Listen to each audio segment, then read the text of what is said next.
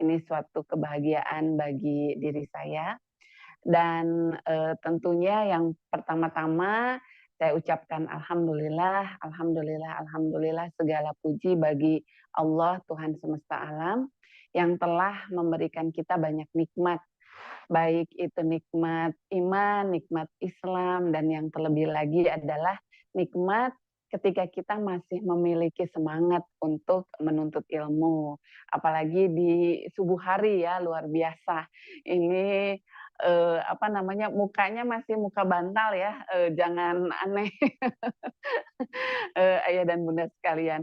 Kemudian juga salawat serta salam tercurah limpah kepada Nabi besar Muhammad Shallallahu Alaihi Wasallam.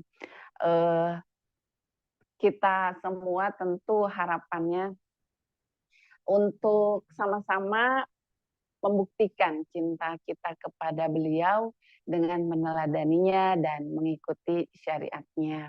Dan harapan kita sama-sama semua insya Allah ya Teh Milda, saya, kemudian Teh Milda, dan juga jamaah ngaji subuh bisa mendapatkan syafaat dari Rasulullah Muhammad SAW, dan juga nanti kita semoga tetanggaan gitu ya, semuanya di tempat yang terbaik seperti itu. Baik, boleh operator untuk share terlebih dahulu. Baik, terima kasih. Iya, saya ingin coba berbagi tentang homeschooling dari sisi tantangan dan keunikannya. Next, silakan. Iya, next, silakan. Kalau kita lihat ya, homeschooling ini cukup marak ya di Indonesia pada saat pandemi begitu ya. Banyak perbincangan tentang homeschooling di saat pandemi kemarin. Nah, apakah kemudian memang homeschooling ini sekedar tren? Ya, ini yang ingin saya sampaikan terlebih dahulu. Pertama, kalau kita melihat sejarah, sebenarnya homeschooling ini sudah dipraktekkan oleh tokoh-tokoh di Indonesia itu sendiri. Contohnya itu Kiai Haji Agus Salim ya, beliau tokoh dari Syarikat Islam. Nah, beliau itu mendidik 8 anaknya sendiri. Maksud sendiri itu dia bersama dengan istrinya di rumahnya begitu. Anak-anaknya itu tidak masuk ke sekolah formal kecuali anak yang bungsunya. Dan kalau kita lihat lagi itu ada Kak Seto begitu ya. Ada juga para kiai-kiai sebelum zaman kemerdekaan begitu. Nah, itu banyak yang mereka melakukan homeschooling kepada anak-anaknya. Karena sebenarnya homeschooling ini kan lebih kepada kealamiahan dari proses pembelajaran itu sendiri gitu ya. Ini proses yang sangat mudah untuk dilakukan dari orang tua ya atau orang-orang yang ada di rumah kepada anak-anaknya. Awalnya ya alami seperti itu gitu ya. Tapi nanti saya jelaskan bagaimana perkembangannya. Dan juga saya ingin sampaikan di dalam sejarah Islam tentu kita mengenal Muhammad Al-Fatih begitu ya. Nah, bagi saya Muhammad Al-Fatih juga ini bersama keluarganya menerapkan homeschooling dalam arti yang luas ya, dalam arti yang luas. Bagaimana kemudian Sultan Murad gitu bersama dengan istrinya itu memiliki visi misi tertentu untuk anaknya yang kemudian ditanamkan terus-menerus, dan akhirnya mereka juga membuat sebuah proses pembelajaran bagi anaknya tersebut, yaitu yang kita kenal Muhammad Al-Fatih berikutnya, untuk kemudian mencapai visi misi yang sudah ditetapkan oleh keluarga begitu. Jadi kalau kita lihat sebenarnya justru homeschooling ini bukanlah sesuatu yang tren di saat pandemi saja atau di zaman modern ini saja begitu ya, tapi justru berakar dari masa lalu di mana ini sebagai sebuah kealamiahan di dalam Kalau Teh Milda sebut tadi model pembelajaran atau proses pembelajaran, seperti itu. Next, silakan. Nah, di sini saya ingin sampaikan terlebih dahulu disclaimer ya kepada ayah dan bunda sekalian bahwa homeschooling ini hanya alternatif saja begitu ya. Alternatif dalam uslub atau teknis penyelenggaraan pendidikan. Sehingga yang namanya dia itu alternatif ya ada banyak jalan yang lain gitu ya, ada banyak jalan yang lain yang bisa kita tempuh untuk pendidikan anak-anak kita. Dan kemudian juga karena ini sifatnya uslub atau teknis begitu, maka tentu saja tidak baku sifatnya, bisa berubah. Kemudian juga antara satu keluarga dengan keluarga lainnya bisa berbeda begitu ya. Nah, sehingga saya mohon kepada jamaah ngaji subuh memiliki kelapangan hati untuk bisa menerima perbedaan dari sisi pilihan uslub gitu ya di antara keluarga-keluarga yang ada. Kalau ada yang mau menempuh sekolah formal, ya silahkan. Kalau mau ada yang memilih untuk sekolah non formal, bukan sekolah ya, misalnya kursus-kursus begitu, atau kemudian pelatihan-pelatihan tertentu, ya silahkan. Atau mau kemudian mengikuti jalur informal seperti yang kami lakukan di anak sulung kami, itu juga silahkan begitu ya.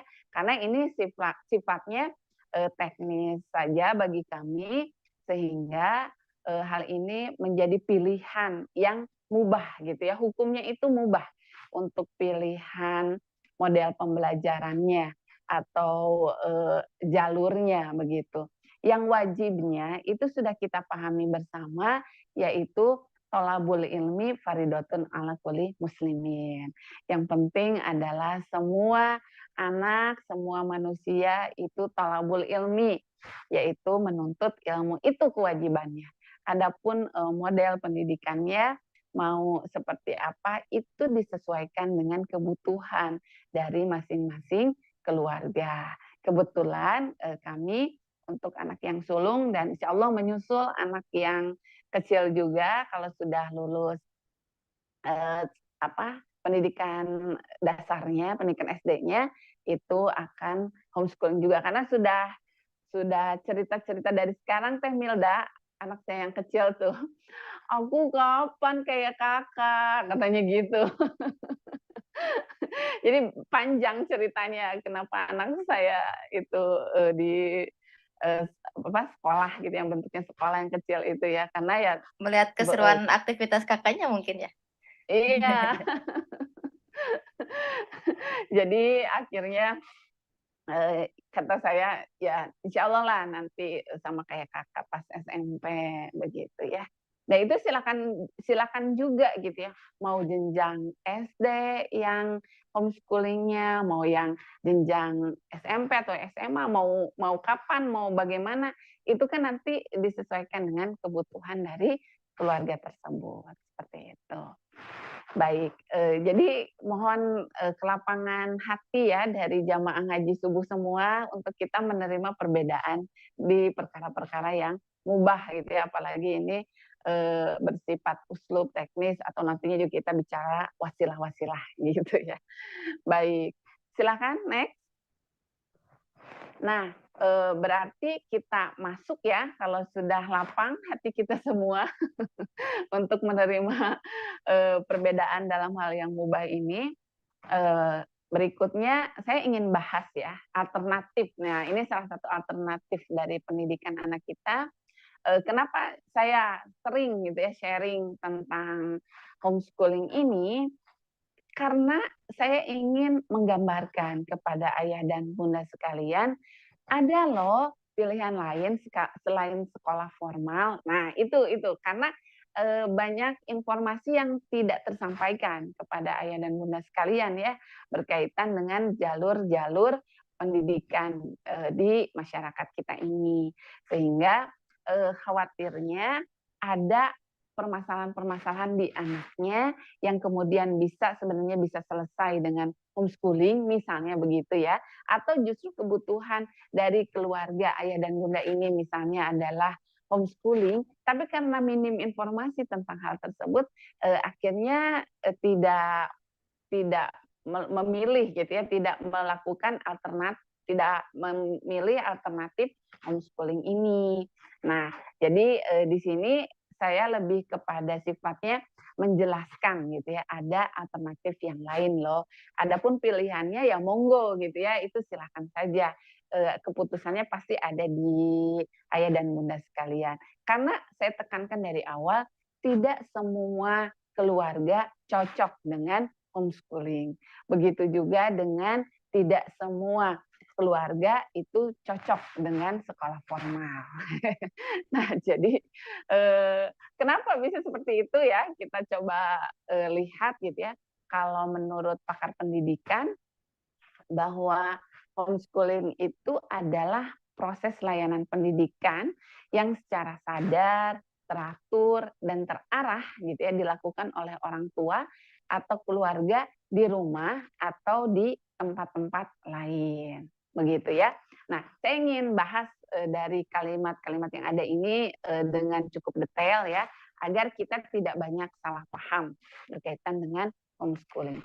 Jadi homeschooling itu memang layanan pendidikan yang harus ditetapkan secara sadar gitu. Teh Milda, soalnya banyak yang konsultasi ke saya itu tidak secara sadar, tapi emosional untuk kemudian memilih homeschooling. Misalnya anaknya mogok-mondok atau anaknya itu ada permasalahan di sekolah, itu kan masih emosional ya, masih banyak perasaan yang berkecamuk gitu di dalam diri orang tua gitu. Akhirnya ketemu saya atau menghubungi saya, Teh Eka atau Bunda Eka minta kurikulumnya anaknya ya, kurikulum homeschooling anaknya. Anak saya juga mau homeschooling. Waduh, saya pada posisi itu selalu mencoba menenangkan terlebih dahulu ya para orang tua tersebut yang kemudian saya sampaikan. Ini bukan keputusan sehari dua hari loh gitu ya. Ini jangan sampai untuk anak itu kita ikut-ikutan, sekedar tren gitu ya. Nah, tidak bisa seperti itu gitu ya. Ini harus secara sadar diputuskannya itu dengan pemikiran yang matang begitu. Itu pertama. Kemudian teratur. Jangan berpikir homeschooling itu bak dik bak gitu ya. Apa ya? Sekejadinya gitu ya, seadanya gitu. Nah, itu tidak bisa seperti itu ya, harus teratur dan terarah gitu ya. Ada arahnya yang kemudian jelas bagi anak dan juga bagi orang tua. Sebentar.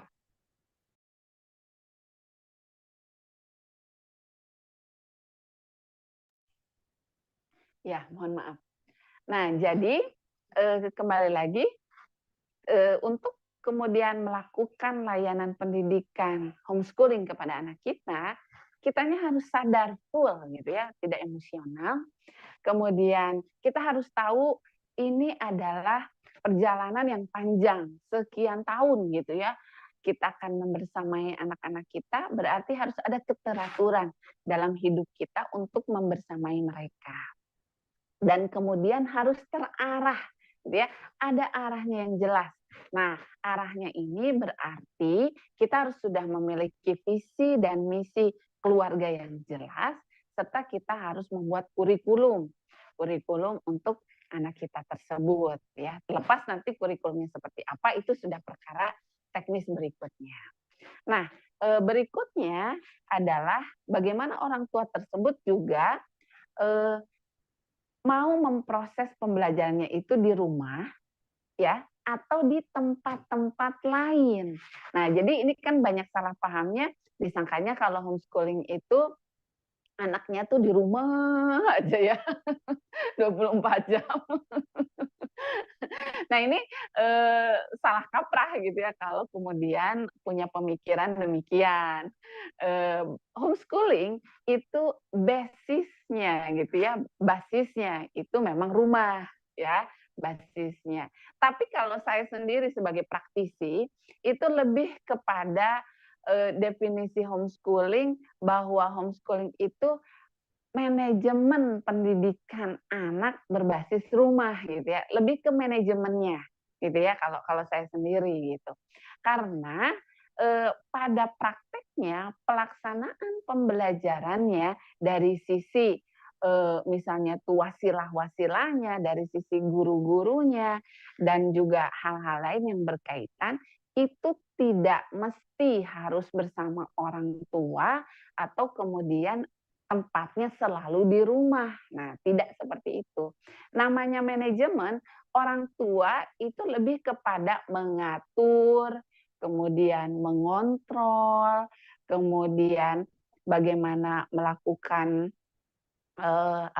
solusi-solusi gitu ya atas kebutuhan-kebutuhan anak gitu. Yang pelaksanaannya itu kita bisa bermitra dengan banyak pihak. Bisa dengan guru privat, bisa dengan lembaga-lembaga pelatihan tertentu, bisa dengan tokoh-tokoh masyarakat yang ada, bisa dengan organisasi-organisasi di sekitar, bisa dengan komunitas-komunitas yang lain, bisa dengan lembaga-lembaga pemerintahan, dan hal-hal yang sekiranya dibutuhkan oleh anak kita, begitu. Jadi, justru pembelajarannya itu lebih luas gitu ya, di manapun dia bisa belajar dan kapanpun dia juga bisa belajar. Sehingga isi dunia ini atau dunia ini menjadi tempat belajar bagi anak homeschooling. Jadi tolong dihapus, pemahaman bahwa homeschooling itu harus diam di rumah, itu salah besar. Nah itu ya. Kemudian berikutnya, di sini yang kemudian ingin saya garis bawahi, proses yang tadi sudah saya jelaskan ya, eee, dengan tanggung jawab gitu ya, dengan rasa tanggung jawab yang besar dari orang tua, proses belajar mengajar ini dapat berlangsung dalam suasana yang kondusif. Tadi sudah saya jelaskan ya, lingkungan belajar ini adalah dunia dan seisinya. Kemudian dengan tujuan, nah ini ya saya garis bawahi, dengan tujuan agar setiap potensi anak yang unik, nah di sini garis bawahnya, agar setiap potensi anak yang unik dapat berkembang secara maksimal. Nah, ini yang kemudian menjadi perbedaan antara sekolah formal dan homeschooling ya. Bahwa di dalam sekolah formal ini mau tidak mau ya, saya harus jelaskan, kita bicara sebuah cetakan yang masif dan relatif seragam. Ya, Teh Milda juga kan praktisi sekolah dalam tanda kutip formal ya, begitu. Ini ya memang begitu adatnya gitu ya, sekolah formal itu punya kurikulum yang satu tapi, diberlakukan untuk banyak banyak, siswa, seperti itu ya. Nah sehingga, pada umumnya ya, nah kecuali sekolahnya itu punya SDM yang luar biasa gitu ya, maksudnya tuh luar biasa banyaknya untuk menghandle satu persatu anak, tapi kan itu jadi tidak tidak lagi adat sekolah formal dong ya kalau begitu. Nah, sehingga, keunikan anak ini relatif kurang, tergali, seperti itu ya. Nah, tapi ya itu tidak apa-apa gitu ya, tidak apa-apa karena, sekolah formal memang dibuat untuk kebutuhan-kebutuhan dasar gitu ya, kebutuhan-kebutuhan dasar dari, siswa-siswa, begitu. Yang memang sudah dikaji oleh pakar pendidikan, kebutuhan pendidikan, anak di jenjang sekolah dasar itu ini. Nah, sehingga kan dibuat kurikulumnya demikian, gitu ya. Jadi jangan khawatir juga nih ayah dan bunda yang kemudian, wah saya memasukkan ke sekolah formal misalnya gitu ya, apakah kemudian nanti terpenuhi kebutuhannya? Ya insya Allah terpenuhi, sebagian besar itu terpenuhi kebutuhan anak itu ya di sekolah formal. Karena kan tadi sudah dikaji kurikulumnya itu ya memang untuk memenuhi kebutuhan dari pendidikan anak-anak di jenjang yang bersangkutan, begitu. Nah, namun kalau homeschooling gitu ya, ini kan kurikulumnya kurikulum keluarga ya. Nah, sehingga bisa lebih customize kalau bahasa saya ya. Bisa lebih sesuai kebutuhan, sesuai permintaan, sesuai keinginan. Nah, biasanya yang kemudian menjadi keinginan dari para orang tua homeschooler adalah keunikan dari anaknya itu bisa dilejitkan. Begitu. Nah, sehingga bagi saya ya, ya ini pasti ada hal-hal yang tidak bisa kita elakkan gitu ya. Kalau sekolah formal itu menang gitu ya, menang dari sisi efektivitas dan efisiensi. Itu jelas menang, begitu ya. Juga bagi orang tua yang memang ini sering ya, Teh Milda, saya tuh ketemu dengan orang tua, "Baik Ibu, mau konsultasi apa?" Misalnya dengan saya, "Jadi Bunda, saya itu baiknya bagaimana ya ke anak saya?" Nah, ini yang suka saya bingung. Ini yang orang tuanya siapa ya? Nah, kalau misalnya, memang belum kebayang visi misi keluarga, belum kebayang, anaknya itu ingin dicetak jadi seperti apa, atau kemudian belum tergali juga anaknya mau apa gitu ya dan lain-lain, bagi saya keluarga yang demikian itu cocoknya di, sekolah formal. Jadi dibantu oleh sekolah formal, dibantu untuk, arahan pendidikan anaknya itu arahnya kemana, kemudian juga dibantu proses pembelajarannya gitu ya dan lain-lain, begitu. Nah, tapi kan ada gitu ya, tidak semua keluarga demikian ya, ada, keluarga yang kemudian sudah melihat atau sudah menggali potensi anaknya ini ternyata kuat nih di bidang ini gitu ya. Kemudian misalnya keluarga tersebut punya cita-cita terhadap anaknya gitu untuk punya kontribusi di dalam peradaban ini di bidang ini gitu ya. Ada misi di dalam keluarga ini ya untuk kemudian dia harus berkontribusi di bidang ini gitu ya. Nah, kalau yang sudah seperti ini tentunya kurang cocok di sekolah formal, begitu. Kenapa? Karena, dia tidak bisa kan minta ke gurunya di sekolahnya, "Tolong ya, potensi anak saya yang ini, keunikan ini tolong digali ya, dilejitkan." Ya, masalahnya kan gurunya handling 15 orang, 30 orang, begitu ya. Ya itu kan agak cukup sulit gitu. Nah, jadi di sini ya memang butuh sentuhan personal dari orang tuanya untuk kemudian melejitkan potensinya tersebut, begitu. Iya, next silakan. Nah, ini kenapa kemudian saya memilih homeschooling begitu ya bagi anak saya yang sulung, ini berkaitan dengan visi misi keluarga yang sudah kami tetapkan gitu ya antara saya dan suami saya gitu pada saat awal menikah dulu. Nah, kami terinspirasi dengan apa yang kemudian harus kami perbuat di dunia ini gitu ya.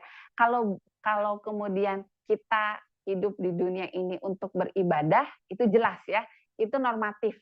Itu kita semua tahu begitu. Itu jelas, itu sudah menjadi pegangan kita.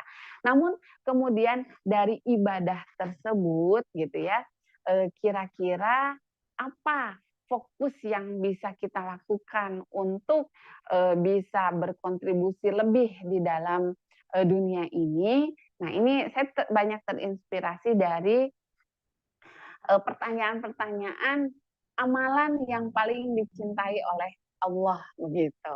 Ini kan sering ditanyakan oleh sahabat ya kepada Rasulullah begitu. Dari beberapa riwayat ini disampaikan ya oleh sahabat kepada Rasulullah. Eh, Misalnya dari riwayat Abu Ammar As-Syaibani gitu ya, ada namanya itu Sa'ad bin Iyas gitu ya. Dia berkata, pemilik rumah ini telah menceritakan kepadaku sambil menunjuk rumah Abdullah bin Mas'ud radhiyallahu anhu. Nah, maksudnya berarti yang memberitahunya itu Abdullah bin Mas'ud ya. Nah, ia berkata, aku bertanya kepada Nabi Shallallahu Alaihi Wasallam, amalan apakah yang paling dicintai Allah? Begitu. Dan beliau Shallallahu Alaihi Wasallam menjawab, sholat pada waktunya. Aku, maksudnya di sini Abdullah bin Mas'ud mengatakan. Kemudian apalagi? Beliau Shallallahu Alaihi Wasallam menjawab, berbakti kepada dua orang tua. Nah, aku bertanya lagi, lalu apalagi? Maksudnya ini masih ya Abdullah bin Mas'ud. Beliau Shallallahu Alaihi Wasallam menjawab, jihad di jalan Allah gitu. Nah, apa namanya? Dan di sini Ibnu Mas'ud radhiyallahu anhu berkata, itu semua telah diceritakan oleh Rasulullah Shallallahu Alaihi Wasallam kepadaku. Sekiranya aku menambah pertanyaanku, pasti beliau Shallallahu Alaihi Wasallam akan menambah jawaban beliau kepadaku. Jadi pasti ada lagi begitu ya. Nah, di sini kita melihat Rasulullah itu menyebutkan ada aktivitas-aktivitas yang kemudian menjadi jawaban atas amalan yang paling dicintai oleh Allah gitu ya, dari Abdullah bin Mas'ud. Namun kita lihat di riwayat yang lain, silahkan next. Di riwayat yang lain bahwa Abu Hurairah radhiyallahu anhu itu berkata, Nabi Shallallahu Alaihi Wasallam ditanya tentang amalan apakah yang paling utama. Nah, beliau Shallallahu Alaihi Wasallam menjawab, iman kepada Allah dan Rasulnya. Lalu beliau Shallallahu Alaihi Wasallam ditanya lagi, kemudian apa gitu ya? Beliau Shallallahu Alaihi Wasallam menjawab, jihad di jalan Allah. Beliau Shallallahu Alaihi Wasallam ditanya kembali, lalu apa? Beliau Shallallahu Alaihi Wasallam menjawab, haji yang mabrur begitu. Nah, kalau kita lihat antara riwayat dari Abdullah bin Mas'ud dengan dari Abu Hurairah radhiyallahu anhu ya, itu ternyata jawaban dari Rasulullah itu berbeda begitu ya. Awalannya kalau tadi itu kan sholat ya, sholat tepat waktu, tapi kalau di jawaban kepada Abu Hurairah radhiyallahu anhu itu amalan yang utamanya itu iman kepada Allah dan Rasulnya gitu ya, dan ke bawahnya juga agak-agak beda begitu ya. Next silakan. Di sini juga di riwayat yang berikutnya kita melihat sebelumnya operator. Nah, di sini kita lihat juga ada jawaban yang berbeda juga gitu ya terhadap orang yang bertanya begitu. Nah, jadi kalau saya pahami apa yang menjadi kesimpulan para ulama ya, ini bukan kesimpulan saya tapi kesimpulan para ulama, itu memang Rasulullah akan menjawab pertanyaan amalan apa yang paling dicintai atau amalan apa yang paling utama, itu akan disesuaikan dengan potensi yang dimiliki oleh penanya begitu. Nah, sehingga hal tersebut akan memberikan fokus gitu ya kepada penanya untuk melakukan apa yang sebaiknya dia lakukan berdasarkan potensinya begitu. Namun, nah di sini Teh Milda, jangan salah paham lagi nih. Jangan salah paham lagi. Akhirnya, kalau di hadis yang Abdullah bin Mas'ud kan sholat tepat waktu ya, gitu. Amalan yang paling dicintainya. Saya mau masuk surga dengan sholat tepat waktu saja ya, pakai saja di situ. Nah, ini kan tidak seperti itu ya pemahamannya dari para ulama. Tapi maksudnya itu ini lebih ke fokus fokus bidangnya begitu ya, fokus bidangnya. Tapi selama itu kewajiban dari Allah Subhanahu wa taala, ya harus dilakukan semua lah ya gitu. Tidak boleh justru kalau meninggalkan kewajiban ya dia dosa begitu. Nah, tapi kalau kemudian ada orang yang misalnya tuh mau fokus di satu sisi gitu ya, itu ya dia menggali atau mengembangkan diri gitu ya, mengembangkan diri lebih banyak fokus di wilayah itu, di ranah itu, yaitu dipersilahkan begitu. Nah, tapi tadi tidak melalaikan kewajiban-kewajiban dari Allah Subhanahu wa taala gitu. Kan bukan berarti menjawab kepada Abdullah bin Mas'ud tadi sholat, kemudian jihad. Lantas kemudian Abdullah bin Mas'ud itu tidak beriman gitu ya, karena yang beriman itu kepada tadi itu siapa? Yang hadis yang kedua gitu ya itu. Nah kan bukan berarti begitu gitu ya, atau tidak berhaji kan bukan begitu juga. Nah tapi ini lebih kepada tadi balik lagi fokusnya gitu ya, fokusnya. Tapi semuanya tentu dikerjakan gitu. Nah, ini juga yang kemudian menjadi sebuah inspirasi gitu ya bagi saya bahwa kita boleh kok gitu ya, kita boleh kok kemudian menetapkan atau menentukan kepada anak kita atau anak kita sendiri ya, kalau sudah diskusi, kalau sudah cukup besar nih, kalau masih kecil kan dia nggak bisa ya menggali sendiri, harus dibantu orang tua. Tapi kalau sudah besar gitu ya, sudah menjelang balik atau sudah balik begitu, dia pasti punya keinginan. Selain hal-hal yang memang wajib menjadi misi dia di dunia ini, misi yang wajib itu jadi pembelajar, jadi pengemban dakwah gitu. Itu misi yang seragam gitu ya di dalam hidup ini kepada seluruh umat manusia gitu. Nah, tapi kemudian ada fokus lainnya yang ingin dia geluti. Ya, misalnya anak saya itu suka sekali dengan bidang komputer. Nah, dari kelas 4 SD itu sudah les robotik, kemudian kelas 6 SD sudah eh, sudah belajar Arduino begitu. Kemudian di tingkat SMP itu dia sudah belajar bahasa pemrograman gitu, CSS ya, HTML gitu ya, udah ngebangun web, udah gitu. Nah, sekarang dia sedang belajar JavaScript, tambah juga kemarin dia itu alhamdulillah keterima pembelajaran dari Indosat, itu belajar data analis sama juga pemrograman juga gitu ya dan lain-lain. Sehingga boleh dong kemudian keunikan itu ingin saya legitkan lebih gitu. Yang kalau saya lihat di sekolah-sekolah formal itu tidak ada yang bisa memenuhi kebutuhan anak saya di level yang saya inginkan, begitu. Di level yang saya, suami dan anak saya inginkan, begitu. Nah, sehingga ya solusinya tadi homeschooling gitu ya, homeschooling agar bisa terpenuhi apa yang menjadi visi misi keluarga kami begitu. Itu salah satu contoh keunikan gitu ya yang kami legitkan di anak kami gitu ya. Next silakan. Nah, karena waktu ya Teh Milda, ini ternyata ya Allah sudah jam 7 kurang. Di sini saya ingin jelaskan yang mahal. Nah, ini tapi dalam tanda kutip ya yang mahalnya itu. Yang mahal dari homeschooling bagi saya sebagai praktisi dan sudah melihat hasilnya di anak saya gitu. Eh, apa gitu yang mahalnya dari homeschooling? Mahal itu apa ya? Lebih ke ini nggak saya dapatkan gitu ya di tempat yang lain gitu. Itu yang pertama itu proses internalisasi visi misi keluarga yang lebih leluasa. Gitu. Saya punya banyak sekali waktu untuk bisa menjelaskan visi misi keluarga, kemudian membentuk nilai-nilai yang ada di dalam keluarga itu kepada anak saya, gitu ya.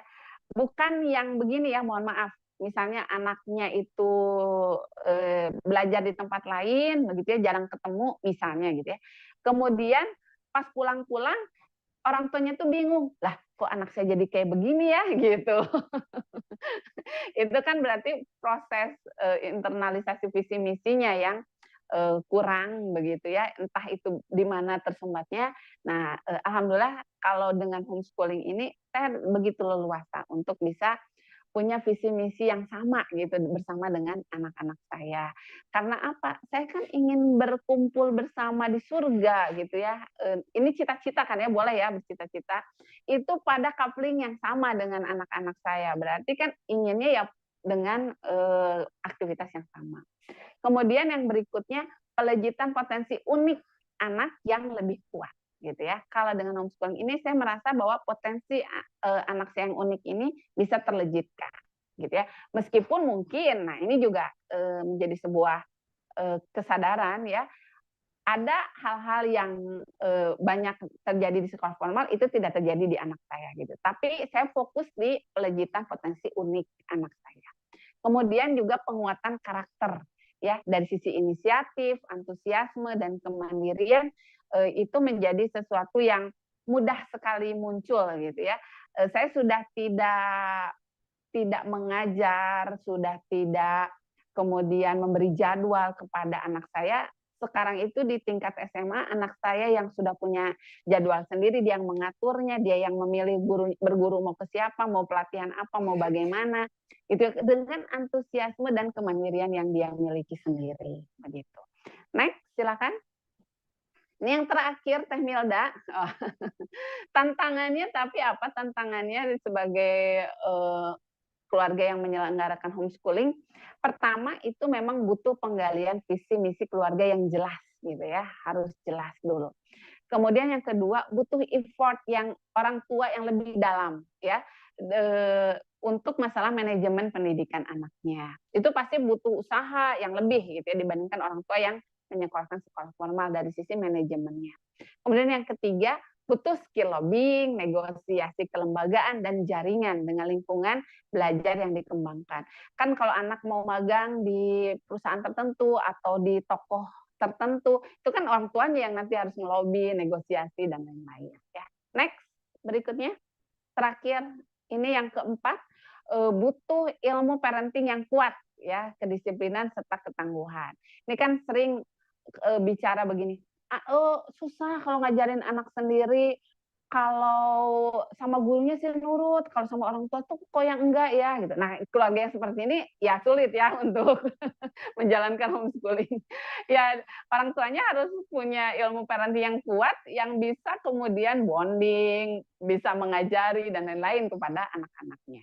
Yang kelima, tadi beberapa target program membutuhkan dana lebih banyak memang dibandingkan dengan sekolah formal begitu. Ya sekian Teh Milda penjelasan dari saya. Ini nggak terasa ya, udah jam 7 lagi. Mohon maaf kalau terlalu banyak bicara. Semoga bermanfaat. Wassalamualaikum warahmatullahi wabarakatuh.